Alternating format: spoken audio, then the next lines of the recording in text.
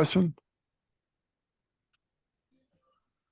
And thank you for the, sorry, I'll start that again. Thank you for the opportunity to provide further debate and alternative discussion and further the democratic process via public forum. I must say council's encouraging public forum use is to be commended.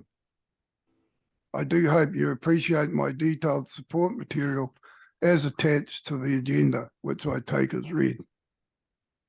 I'd just like to say from a recent newspaper article I read, it was Milestone Day looms in long-running Invercargill Museum saga. And I think more likely a Millstone Day, creating tens of millions of additional ratepayers' debt is more a burden than a milestone. And then I see Councillor Nigel Skelt believes Tuesday looms is a watershed moment for Invercargill, which will potentially provide those in the city with an early Christmas present. I think an even better watershed moment and Christmas present would be the reopening of the existing museum building without the millstone of a multi-million-dollar burden. I noted a reader comment to the article. What a travesty. Strengthen the pyramid, that's all it needs. Council seems hell-bent on wasting money at the expense of the ratepayer. How often did Nobby visit our now sad mothballed museum over the last 50 years, I wonder? It's been an influential part of my life since I was a small child. I must have visited the museum hundreds of times since the 1960s. And I make this point too, and councillors and iwi representatives. We already have a museum building. We simply need to reopen the doors. Let the community who own the building enjoy and utilise it. Invercargill's a small city of currently 56,800 people. We don't need to urgently build a new museum. There are many other priorities that will need funding going forward. And that's important. Please pause the new museum build. You're a newly formed council. Please show bold and new leadership. Reopen our existing museum. The issue should not be about option A or option B and a push to market and rush two multi-million-dollar options forward without having proper transparent consultation with the community. You will not regain the much needed trust of the community. There is actually no real need to rush and create a new building. The seismic survey has another 12 years before it has to be completed, yet alone the actual strengthening work. The city has thousands of risky buildings, to my knowledge. None have ever fallen down and hurt anyone, yet alone killed anybody. Thousands of people occupy them day and night. If the big one, earthquake, comes, all risky buildings will be affected regardless of strengthening efforts. The estimated fatality risk in a building under 34% NBS was about 1 in 40,000 to 100,000. As a friend simply said to me yesterday, simply reopening the existing museum is not rocket science. The existing museum should be regarded and treated as a taonga, a heritage, just like Anderson House and the Civic Theatre. We need to cherish our heritage, not continually demolish and rebuild, not to mention the environmental costs of doing so. Council really needs to do much better in the areas of climate mitigation, adaptation and resilience. The matter really needs to be taken on board and seen in meaningful actions. Lead by example. Uttering the words climate change occasionally here and there in discussion does not cut the mustard.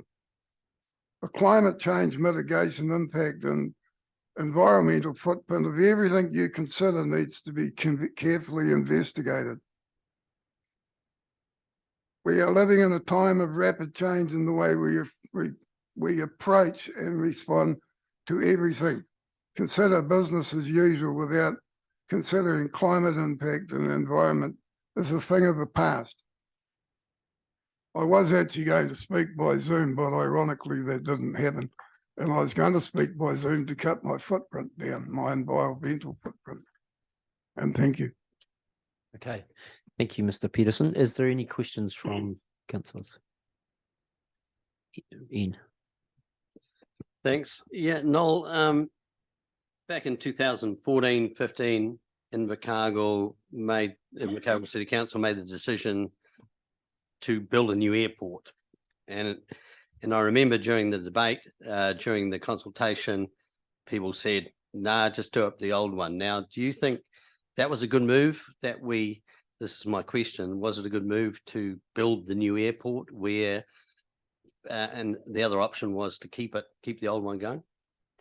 That was an expenditure of $14 million back then. Actually, it probably didn't make a lot of difference. It just cost a lot of more money. And I think we should be considering moving the airport now. It's in a very low-lying area. Yeah, I suppose that's an answer. Yep, thanks. Mm-hmm. Okay, any further questions from councillors? Darren. Thanks for the submission, Noel. Can you tell me what the qualifications are of the reader that you've quoted? Me? An environmentalist lifelong with an interest in climate change. No, sorry, not you, Noel. The Oh. reader that you've quoted in the submission that you've made to us. Oh, I don't know because it was a non-diplomat in the Otago Daily. So Otago they Daily Times. probably Southland Times. are they not a structural or civil engineer? No.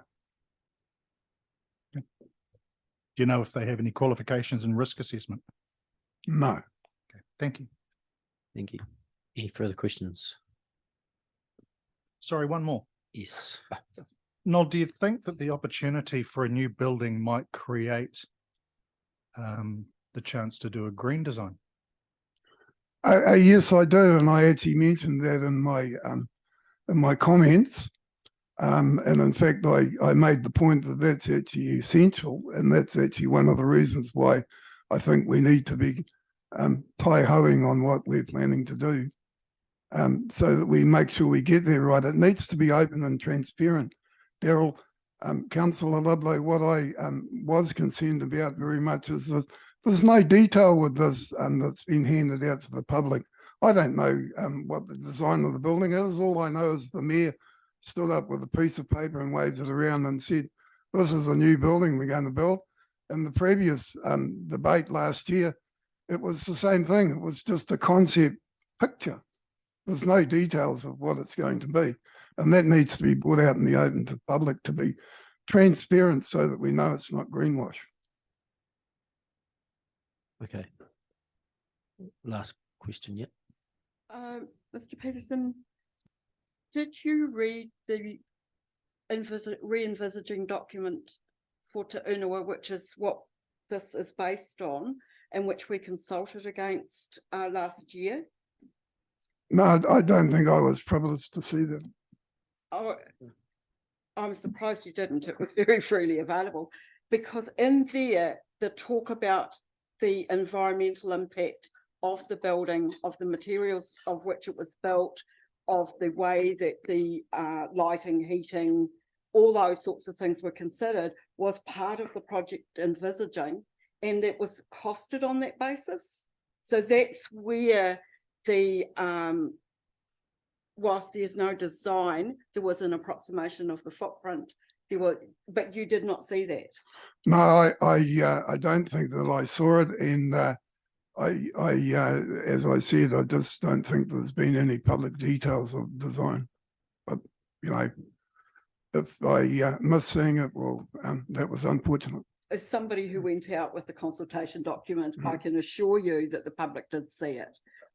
But having said that, of course, not everybody did, and obviously you were one of those. Thank you for that. Thank you. Okay, we might leave it there in the interest of time and move forward. Thank you. Thank you. Oh.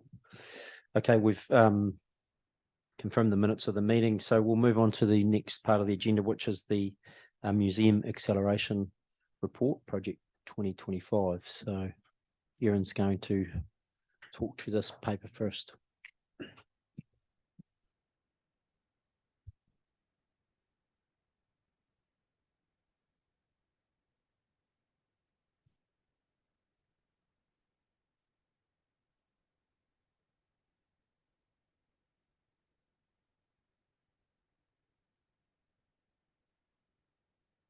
Kia ora.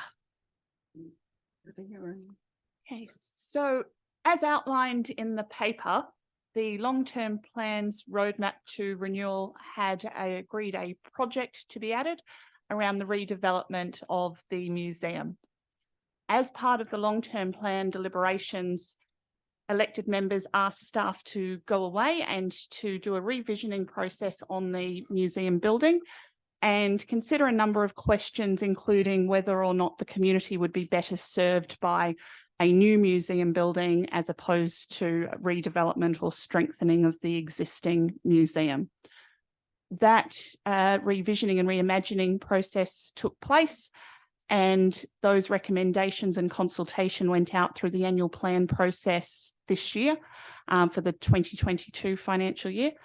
And a decision was made by council to instead proceed with a new museum building in Queen's Park with a separate storage facility to be constructed at Tisbury. The budget for that project was approximately $65 million, part of which was to be third-party funded, and the timeline for delivering the project was to be by mid-2027. With the incoming council, the delivery team within the project management office have been asked whether or not we could look at accelerating that project to have a delivery timeline for the new building to be constructed and up by 12/2025. That's the building itself, fit out and opening to come beyond that date. The project management team have gone away and have considered two different paths to achieving this. Plan A is a path that retains the storage facility at Tisbury and constructs a new museum on the existing pyramid site. Plan B proceeds with keeping the existing pyramid and not proceeding with Tisbury and building a new museum building adjacent to the existing pyramid site. So the team have worked very hard, crunched the numbers and come back with advice on whether or not we can achieve that program. I'll hand over to Lee to talk through the idiosyncrasies of achieving that. Thanks, Erin. Malavika, have you got the programs to put? We'll just pop on screen the two plans. We'll start off with Plan A and we'll work through them.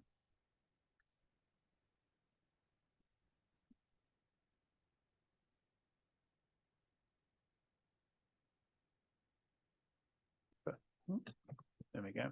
It's probably reasonably terrible to read up there, but I'll talk through it. So yes, the task has been set. Can we have the base building complete by 12/25? What we did, we went back to our program and we've condensed it up as much as we reasonably can do. A couple of things we've been very, very key to acknowledge is obviously for Plan A, the Tisbury storage facility is critical, and it's very, very important to ensure the 12/25 date is met. Along with that, we've condensed a lot of the design and review periods. We've taken some steps to accelerate all our procurement processes and our procurement review times. We've been very, very clear with everybody that, you know, it's going to be a bit of axe to the grind to make sure we do make these dates. There is not much wiggle room left in this program. We've moved the experience or the fit out piece to a little bit later in the program to allow us to concentrate on the physical architectural build. We've made note that we'll probably going to have a number of special council meetings rather than waiting for the calendar council and committee meetings, as a bit of an ask through council to make sure we keep the plan. The demolition of the current facility is also key to obviously getting access to understand geotechnical and ground and that sort of information there for that to ensure the design proceeds at speed. But overall, when we crunch the numbers, we condense this thing up as much as you can possibly condense it up, but still stick to the ethos of the original plan. Is we get an outturn date of the 16th of December 2025. So with the powers of project management and the tools available to us, a good headwind and a lot of my 1225 looks to be achievable through Plan A. Thank you. Any questions, Councillor Scout? Have you got any further? No, just in the sense that we workshopped this yesterday, obviously, and thank you, Erin and Lee, for the outstanding work that the team and your team's done around, and it's been hugely due diligence, to be fair. Enormous amount of work's been done. So on my behalf, thank you for that work and His Worship's. It's been staggering, to be honest. And to get the timeframes to where is the desire from both the Mayor and Council is, I believe, hugely gratifying. So in the sense of Plan A, as we see it, as we discussed yesterday in depth, and Plan B, what Plan A does do quite clearly, it solves two issues. It protects our heritage in the sense of our culture by the building of the storage facility, obviously, and it also accelerates the process and how we can get our project 1225, our museum, built for our public. It's been a long time, obviously. I don't use the word Christmas present facetiously. I just think we have a fantastic opportunity moving forward to give our community something to look forward to, which they've missed. They have sorely missed. There's no question in my mind there's pressure with the program, but we're up for the pressure. The team are up for the pressure without any shadow of a doubt. So I just fully recommend that we move to Plan A through you, Chair. I think it's the best, the wisest, and the most exciting. The biggest risk we have here, team, in my opinion, the biggest risk we have is not taking this risk. The risk we have is very, very minimalistic. It is so small in the sense of projects we've had before that it is, in my opinion, it is the right thing to do for our community. Okay, thank you, Darren. Can we hear about Plan B, please? That'd be great. If you could pop that up. Again, it's equally difficult to see on screen. So Plan B, we looked at if we kept the current museum as a medium to long-term solution for storage. We abandoned the Tidsbury storage facility project, and that therefore we removed the demolition as well out of the sequence to see if that had any real positive effects. The only problem with this particular plan is the alternative site needs to go through a change of use process, which in effect can take 6 to 8 months. So we've plugged that in, and that in essence actually pushes the design another few other bits and pieces a little bit later. And the outturn of that takes us into April 2026. There is some question over the change of use. If we do get challenged through the change of use, we could impact the delay the base build even further. So that's the main differences between A and B, and it's just the introduction of that change of use for the land. Okay, thank you. Yeah, Lee, just regarding the acceleration risk table, I just want to, for the tendering acceleration, both for the design team and main build contractor, it refers to market analysis. Have we done a report that highlights these particular projects that are going to be happening in the South Island that will be competing for horsepower in this sort of construction field? Have we got a report that we can see that shows all these other buildings happening in the South Island? We haven't done a report per se because these things move around quite a bit. So if we wrote a report 6 months ago, they'd be in a different position right now, to be fair. You'd be writing a report over and over. It's a good point. We did do a brief market analysis that did have a report when we first established the project management office. But to Lee's point, with the current market as hyperinflated as it is, things have just changed very quickly beyond that market analysis. So really, it's a matter of us getting out there, having lots of conversations and testing the view of who would actually be interested in partnering with us on any of the projects we're wanting to take forward. Okay, that's with the construction companies and designers, but obviously these, the question I'm asking about is these contracts, these builds that are already that have been signified that are going to happen. I thought there may have been a sort of an in-house report. I think we just keep a constant watch on, progresses of the likes of, whether the hydrogen thing is going to take off, whether that, when the data grid facility is going to take off. We're having, constant sort of feedback from some of the larger contractors who are looking at these particular projects. Okay. Dunedin Hospital's another one, just keeping a close eye on that. Okay, so what I'm trying to do is just put that particular risk, which we will be later on adopting as one of the recommendations, putting it in perspective. Yep. So there is no report as such. No, it's because the market's so fluent. Okay, no, that's fine. Yes, Tom. I guess this is a question to Lee, but it seemed to me that the option A is a very good example of value engineering and expediting of the previous plan. And therefore, something we may have arrived at in any case, if we just, as we were working through this. Would that be a reasonable way to describe Plan A? Yeah, Plan A is not far off our original methodology. It's just like condensed to a point where, we're just trying to hit that 12/25 date. Could that be achieved? We've figured out that it's highly likely it can be achieved. We just got to make sure we put the skinny on everything. Okay.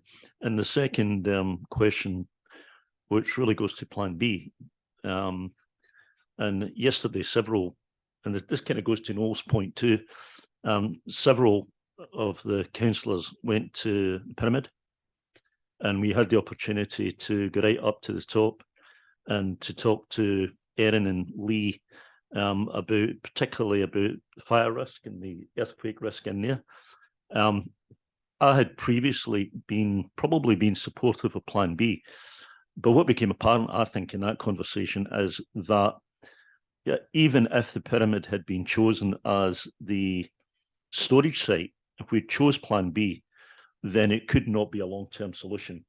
We would have had to move the collection at some point in the not too distant future because it's a fire risk. So I think what seemed to be an obvious option, as Noel had pointed out and others, of let's continue to use Pyramid. I think that was probably unsafe in the long term. So I put it as a question, Lee. Would that be your view too?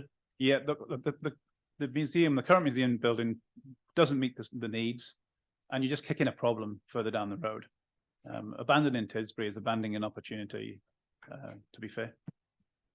Thank you. Okay, thank you. Okay, so we've got some recommendations in front of us, and we'll need a mover in a seconder for that. So thank you, Leslie and Darren. Thank you. So do you want me to particularly detail the moving I'm doing for 4 and 5? So it would be 4A and B1 and 5A.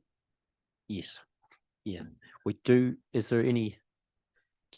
Look, it's just I wasn't sure when I was going to bring this up, but as an addition, what I feel is that we should also, at the same time as this, look for changing the classification of the remaining half of the tennis courts at the same time. And to do So that, we'll can I just Yeah. stop you there, because I think we've got an amendment to you got an amendment one to of do the that. motions. Yeah. Okay, cool. So- That's right. So we have the motion. We've got a mover and seconder, and so So That's just, for 1 to 6. that's for 1 to 6. He said, and I think there's an amendment to one of the motions. just in through you, Chair, just in recommendation 3, where it goes down to 4, I'd add a 5th one in there that would ask the chief executive to provide a report on the reclassification of the remaining tennis courts and the building attached, which are west of the existing pyramid building zone and has reserve status. And the rationale for that is it gives us some potential options in the future. So it doesn't hold up project A or B, but what it does is it allows us to consider other options for that piece of land in the future. So it would be a parallel process. But I'd like to get a report from the chief executive that gives us some advice on that. So does that cover what you were thinking?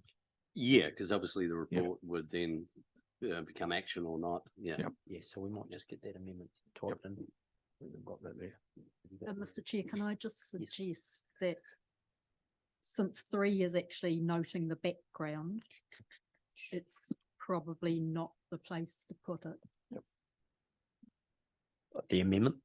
Should be a new amendment. Yeah, A it could, recommendation. it could be a 7, Yes, rather than trying to amend 3. yes, It's yes. largely No, looking at that's the fair enough. background. Yeah, It would so be we more will put that in straightforward as to make it point a 7. Point Yes. 7. Yes, thank you for pointing that out. Yep. Yeah, so would we need a mover in a second to accept the amendment? I'll move the amendment. No second. Okay, so we've got Ian and Tom. For that. Yeah.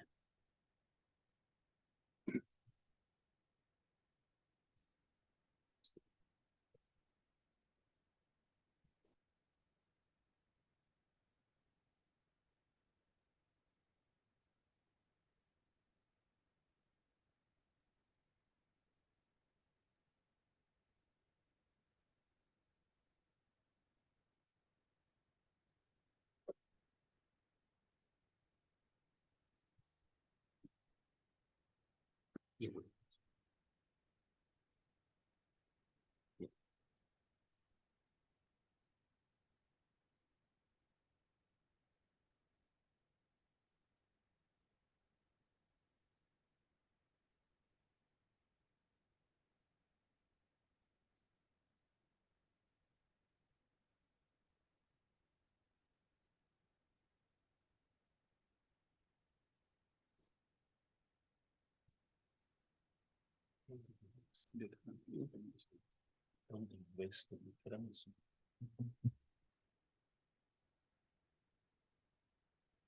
It's the old Tennis pavilion. pavilion. Yeah, this is west. Yeah. It's west of Tennis.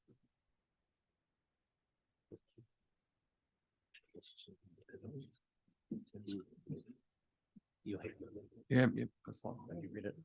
Yeah.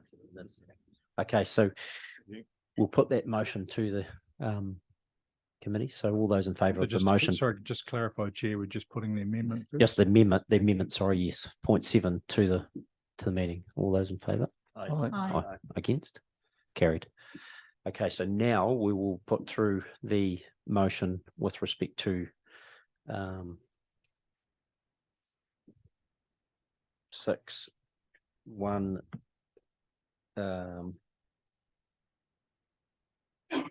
and with each of the individual subclauses approved. So you've highlighted those? Yep. Yes.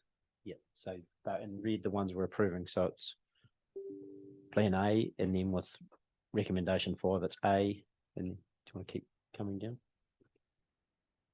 Yep. And then 6, and is the 1 and 7 we need to? No, Did it's you get the the 1 and 6? 1 and 7. That's A and 6, isn't it? Accelerate the program. Well, it's all of those in 6. All of those in 6. Okay, so we have the approvals on the screen, which is the highlighted ones in red from the sub clauses. So just bring that down. That's right. So it's we're approving 6, and then we're approving 4, 1, B1, 5A, and then all of 6, and then the new one being 7.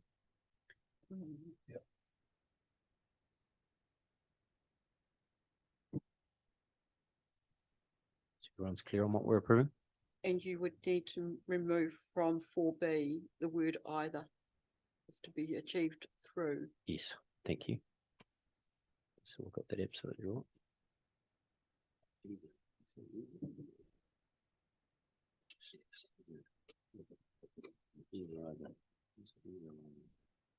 Either neither. Potato, potato. But to clarify, the vote, Chair, is on all 7 items. Yes, it is. Thank you. We're good to go. Okay, I'll call all those in. Chair, before yes. you put the motion, the mover and the seconder do have a right to say something about the Okay, and you'd like to? reasoning. And I think it's probably appropriate because, as has been pointed out, it is a milestone decision we're taking. It is Yep. one of the definitely identified top priorities for this council to deliver this Yes. museum. Project 1225 is a significant acceleration. And we have had 2 options to consider. And as the mover of the motion, I just want to say that my moving of option A is based on the fact that very careful reading that I think we've all done as councillors has certainly led me to the belief that option A is the superior option that will deliver us exactly what we have undertaken to deliver as the best outcome for our Invercargill City. Option B, on the other hand, I would describe as the nervous Nelly option. It is far more high risk as an option.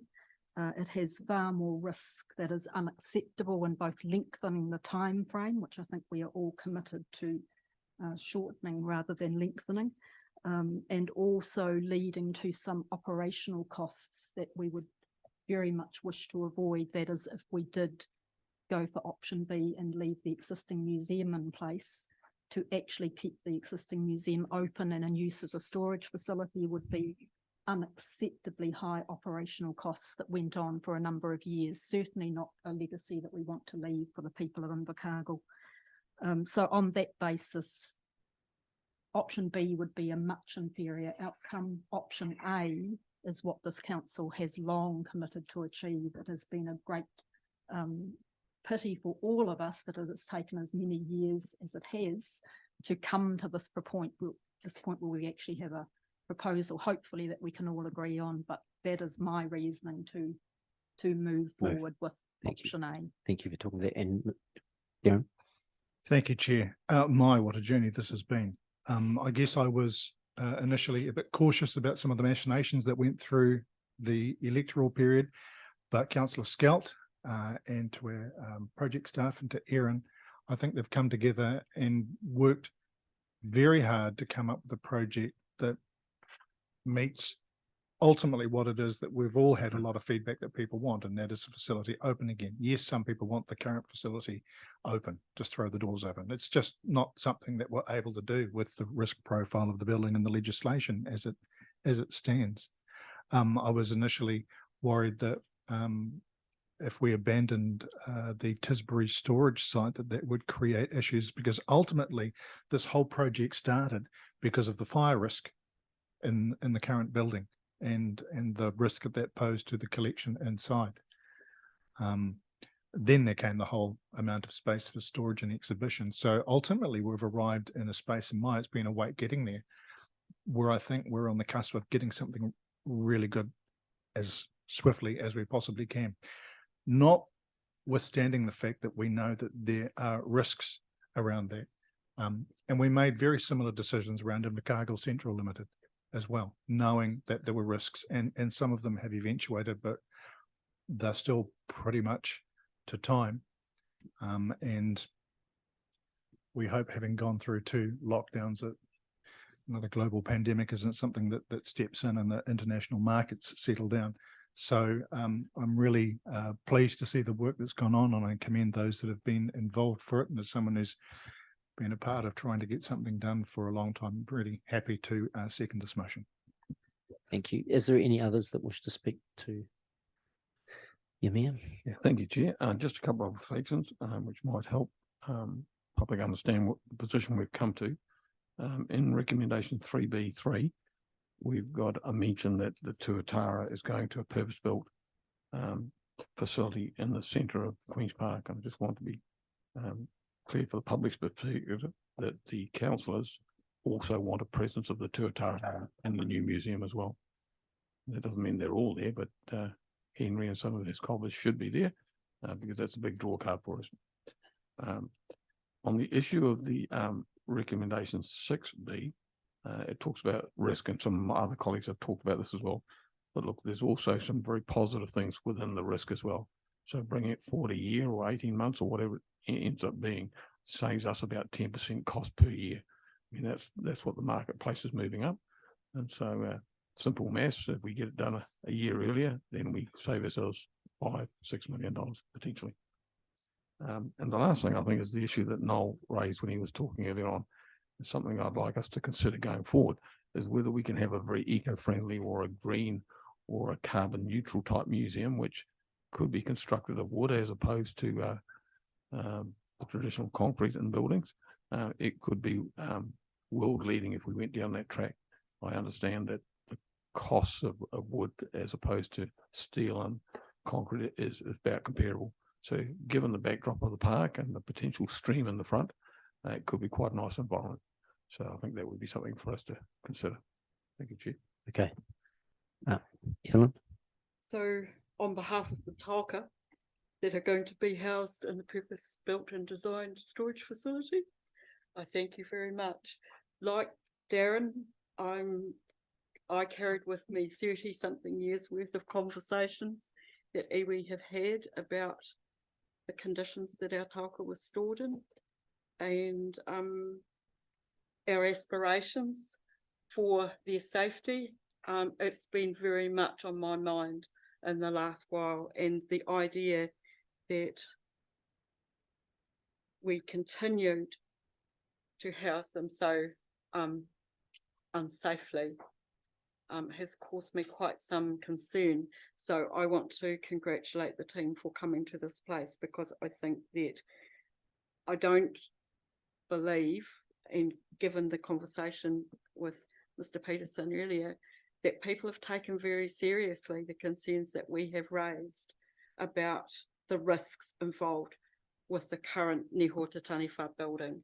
And I'm delighted to see that within these recommendations, all those concerns have been acknowledged and addressed, and that that option B was considered to be too risky on that basis. That option A would do a better job. I think we've moved a long way in terms of what we know about what is good storage for taonga, whether it be paper-based or wooden-based or anything else, but also in terms of long-term storage and research, and the opportunity for us to actually become quite leading in Southland in that respect. So I congratulate everybody who has come to this place, and I pray for a fair wind to push 1225 as possible. Okay, thank you. Yeah, and just I'd like to make a comment to the mayor and the councillors, and also the staff who've put a lot of work into this over the last sort of month to get to where we are. It's significant, and we appreciate that on the behalf of the community. So thank you. Righto, we've got a mover and a seconder, so we will put that to the vote. All those in favour of the motions as they are on the screen? Aye. Aye. Any opposed? Carried. Well done. Okay, so next item on the agenda is the City Streets Stage 1 cost update. So welcome, Erin. Again, you'll speak to this. Russell. Okay, thank you. Good afternoon, councillors, and thank you for the opportunity to update the committee. This is a project for the City Street Stage 1, which is Don and S Street, is a significant and somewhat complex at times project, but it's a pretty important project for the city centre. We're about 70% through that. And I have to say, it is still pretty great to, I guess, to hit the summer months and for people to be out there and actually start to use our city streetscapes. We've got about 4 months to finish the project, which has taken about 19 months. We have a number of recommendations in the report, and we do continue to monitor the costs of this project as it is developing, but we are projecting a cost of about 10% over the current budget. And some of the key issues that we've struck, obviously inflation and COVID have been things that have caused quite a bit of disruption to our project. We've certainly learned quite a bit about what's under the ground, and we've had to work alongside a number of construction other sites. And I was going to say we've had to work with, under, over and beside some of those other contractors as they've done their works as well. And we have found, I guess, quite a bit of contamination and archaeological type finds. But as I said, our project is projecting the cost of the project to be approximately 10% above budget. Okay, thank you. Questions? Ian? Yeah, Russell, stage 2 is going to be coming in front of council for a bit of scrutiny and the future of it. What do we need to revise the current budget that we have for stage 2 of $14 million, knowing what the experience we've gained from stage 1? Because obviously, if we're going to be debating the future of stage 2, we'll need some solid figures of what we're dealing with. I'm happy to take that question. Look, I think definitely everybody acknowledges that there's been some learnings through stage 1 of the project. It's a project probably unlike any of us have undertaken before. I think it's fair to say that Don Street has probably gone closer to what we would have expected than Esk Street has. Primarily because we haven't had as much of the interface with the other developments issue there. We'd expect stage 2 on Kelvin Street in particular to be more like Don Street than like Esk Street in terms of not having those interfaces. So definitely there'd be some learnings around what products we wouldn't use in terms of efficiencies. But I think the key piece is that we wouldn't have that multi-development facade that we were trying to bring together on stage 2. So I would expect it to be a simpler project to deliver. And so that would mean that the budget would stay where it is. That's right. We wouldn't be looking to increase the budget for stage 2 if that project proceeds. Thanks. Okay, any other points or questions? Okay, so we need someone to move the motion in terms of accepting the recommendations. I'll move that way. I'll second Thank that. you, thank you, Leslie, and thank you, Ian. All those in favour? Aye. Aye. Against? Carried. Okay.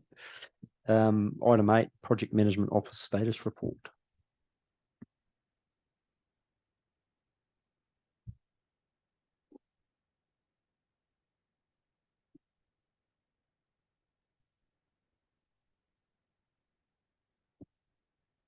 Hi, Lee again. Thank you, Chair. For the Project Management Office report, the programme report, the first Cab Rank is City Streets Stage 1. Obviously, our colleagues have just talked to you about that, so I won't add too much more to that. Other than that, we are keeping a very, very close eye on it, and there's going to be a lot of lessons learned that will come out of stage 1 before we get too far down the road with stage 1, sorry, should I say, rather than before we proceed with stage 2.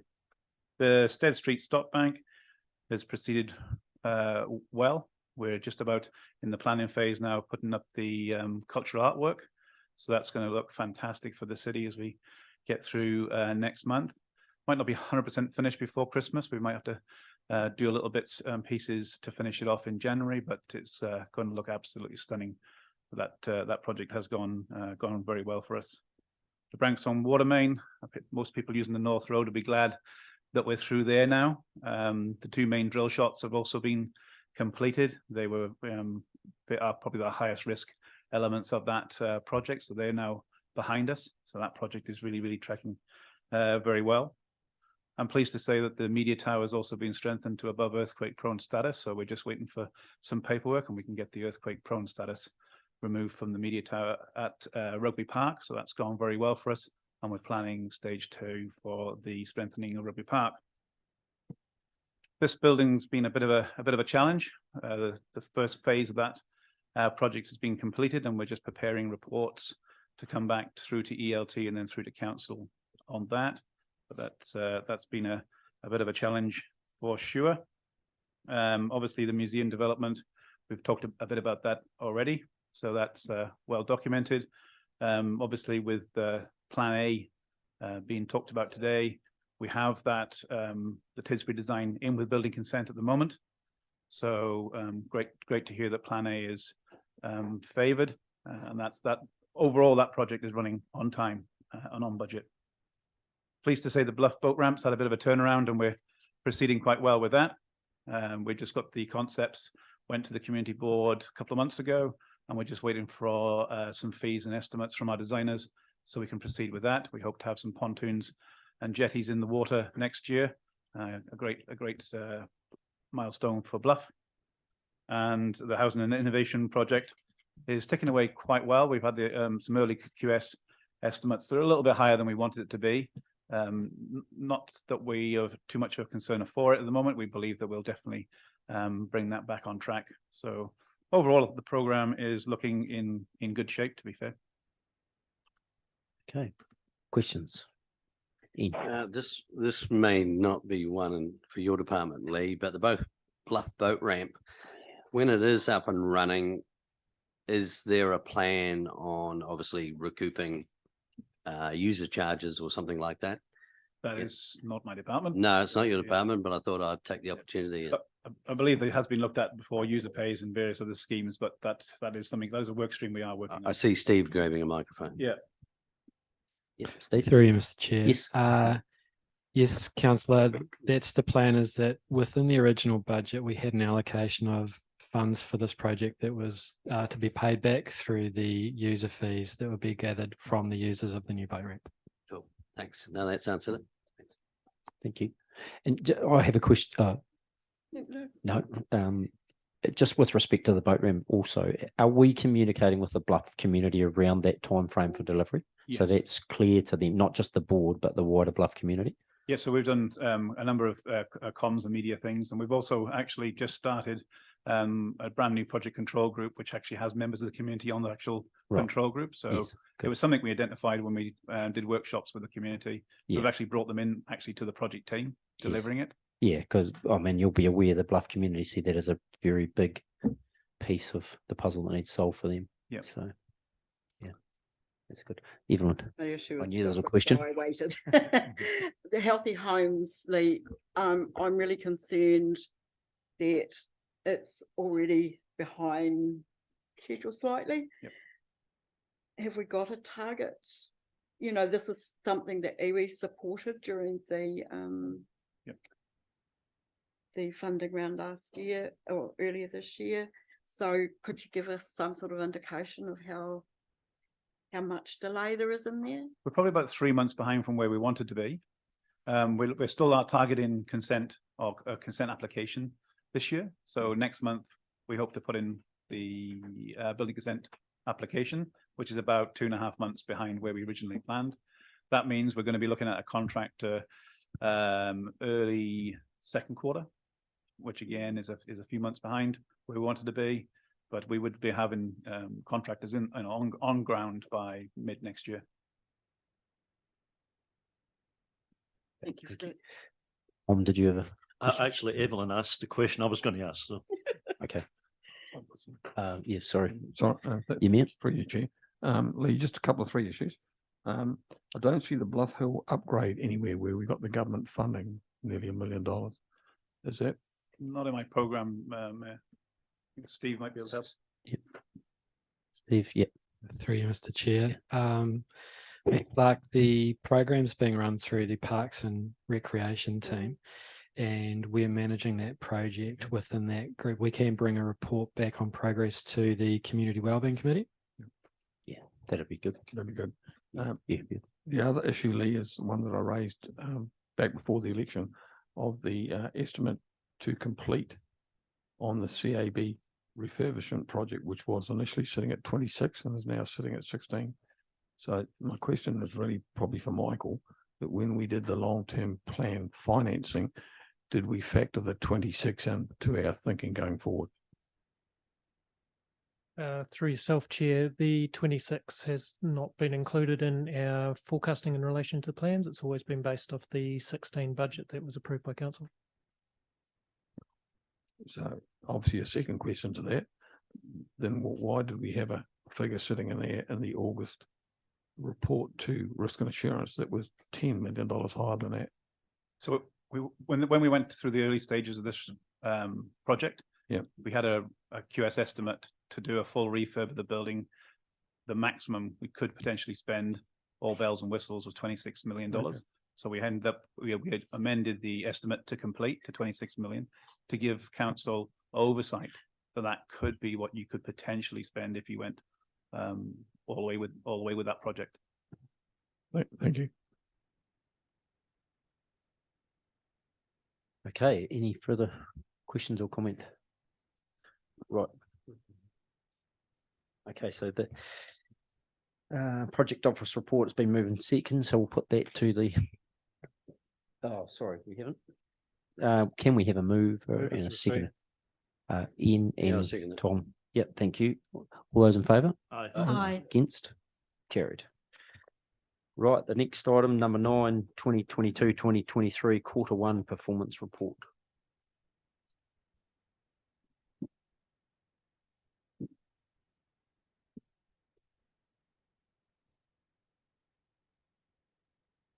Welcome. Kia ora koutou. So this report provides you an overview of performance for the first quarter of 22-23. I won't go over the matters that Lee has just reported on in his PMO report, but you'll see there we have a graphic that provides for the public a view of delivery against the roadmap. I think the key highlight messages that you might want to take away in terms of service level performance is really the good news around the uptick in visitors and user numbers right across council's public facing operations. This is really a turnaround from the previous quarter, so that's good to see. There are currently 68 of 99 performance measures are currently on target, which is pretty much level with where we were sitting this time last year. There are 6 that are confirmed as not met for the year. Those are all DIA set targets, mostly in the regulatory area, where if you miss one performance, then you miss the whole year. So I'll pass on to Patricia to talk about financial performance. Thank you. In relation to financial performance, the first quarter, we are slightly better than what we've forecast to be, but it is still early days within the financial year. I'm not got a huge grin yet. There is some things that are still not quite sitting right within the plan. So there is some forecast changes that we're asking council to make to budgets, predominantly the biggest one being depreciation, which is a result of the asset revaluation at 30 June.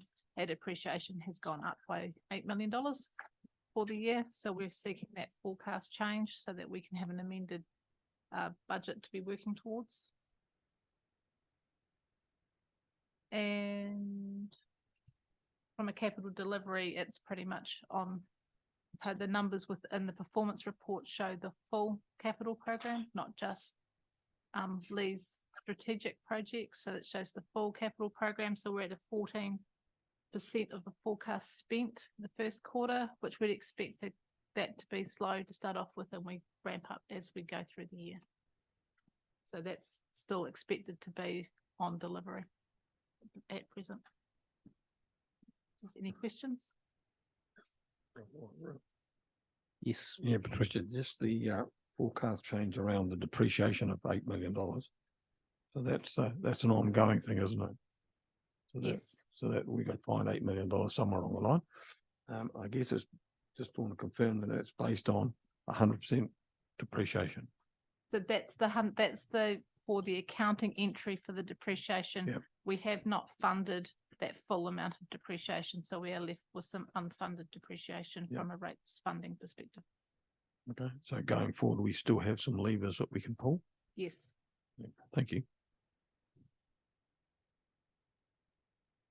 Leslie? Happy to move 1 to 6, Mr. Chair, and just to say that the forecast changes outlined are all very well explained and sensible at this point in the financial cycle.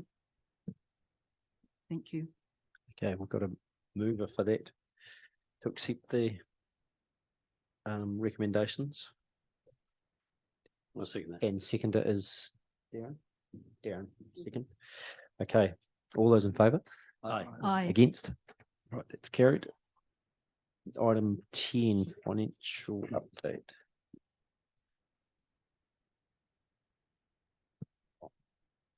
Patricia staying. So this is a report that just gives some high level financial comments. There are some aspects that many may have seen previously at risk and assurance meetings. Some of those will come to both because there's a risk aspect and a financial aspect. So if I go through the high level issues in relation to debt.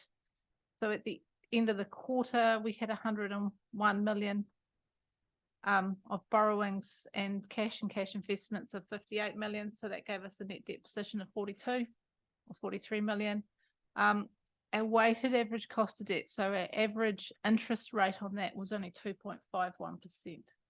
We are expecting that to increase sharply. We've had after the end of the quarter, a 20 million debt roll off and 10 million had to be refinanced, which was at a much higher rate. It was one of our higher ones, so we're expecting that to increase over the coming period. The loan to ICL is currently sitting at the start of November at 18.95. That has increased in the last week by, apologies, I don't have that number on me, but it has gone up. So it's still below the maximum of 31.45 million.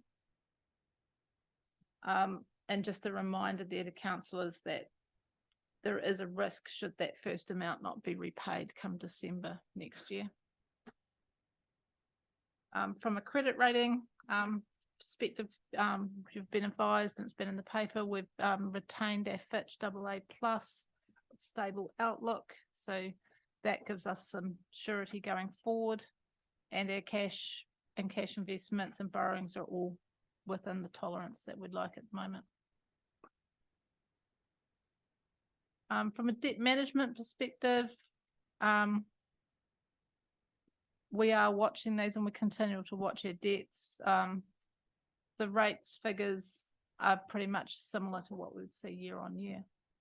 And it doesn't impact it for when we put penalties on. So we'll have a better feel after this last quarter, after this Friday, when we see what remains outstanding.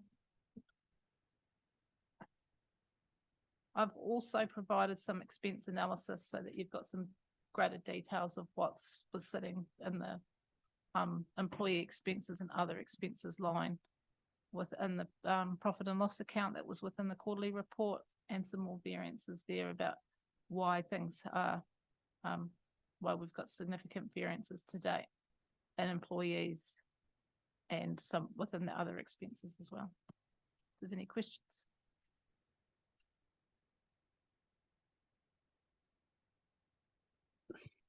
Yeah, I've got a couple. With respect to the ICL loan, how often are we meeting with them to understand their ability to repay in terms of what they've committed to under the loan agreement? We are in regular discussions with them. Okay, and so the current indications are that they can and will be able to repay that, or? The indications at the last update that we've provided was that where they will be able to pay a portion of it on time. Did they give an indication of how much that portion would be? We haven't had the latest one, I don't think, have we, Andrew? So when would we expect to get another update which identified the actual numbers? I think the, sorry, through or to you, Mr. Chair, there'll be an update on that when the holding company presents to council. This stage forecast to be on the 1st of December, because the holding company is managing that investment, albeit not the loan directly on your behalf. So be able to give you an update then if that's suitable. So 1st of December. Yep. Yep. Okay. Thank you.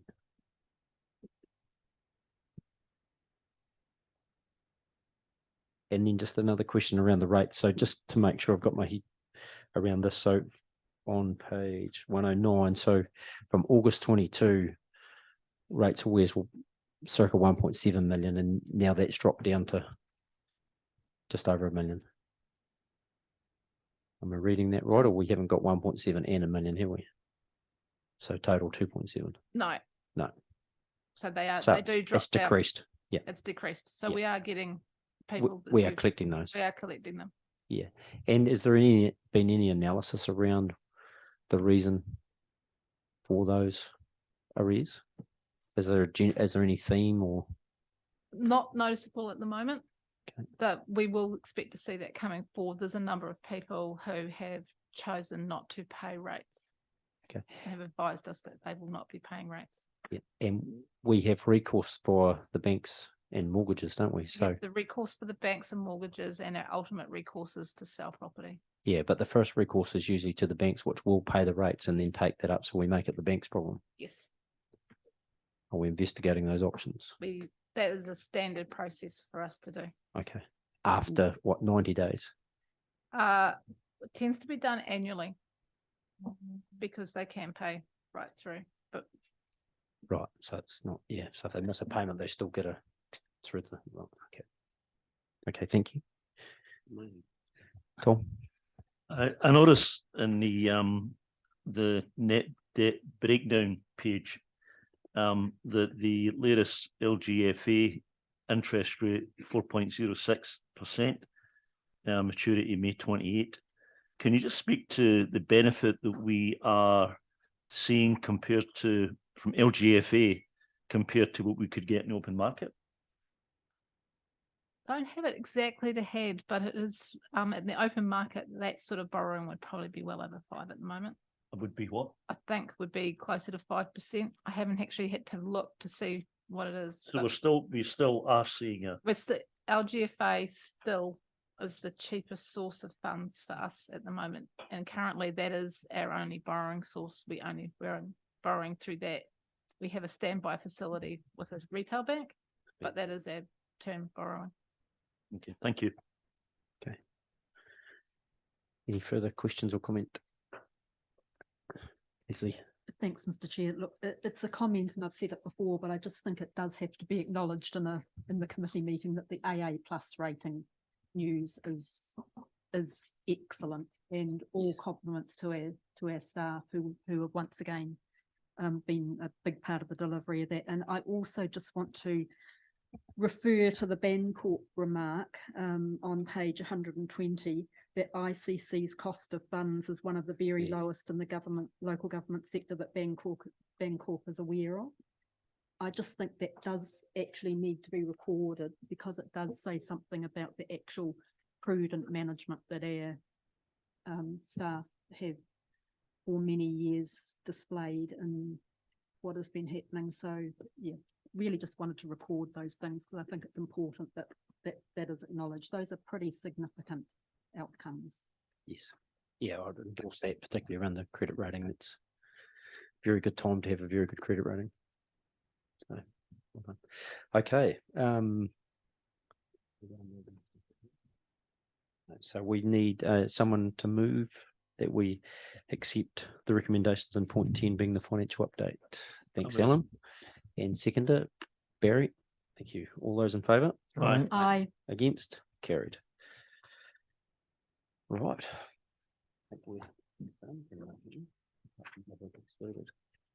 Okay, so we need now to move to the public excluded portion of the agenda. So need a mover and a seconder to move us in. Thanks, Tom, and second, thanks, Leslie. All those in favour? Aye. Carried. Against, sorry, carried. There you go.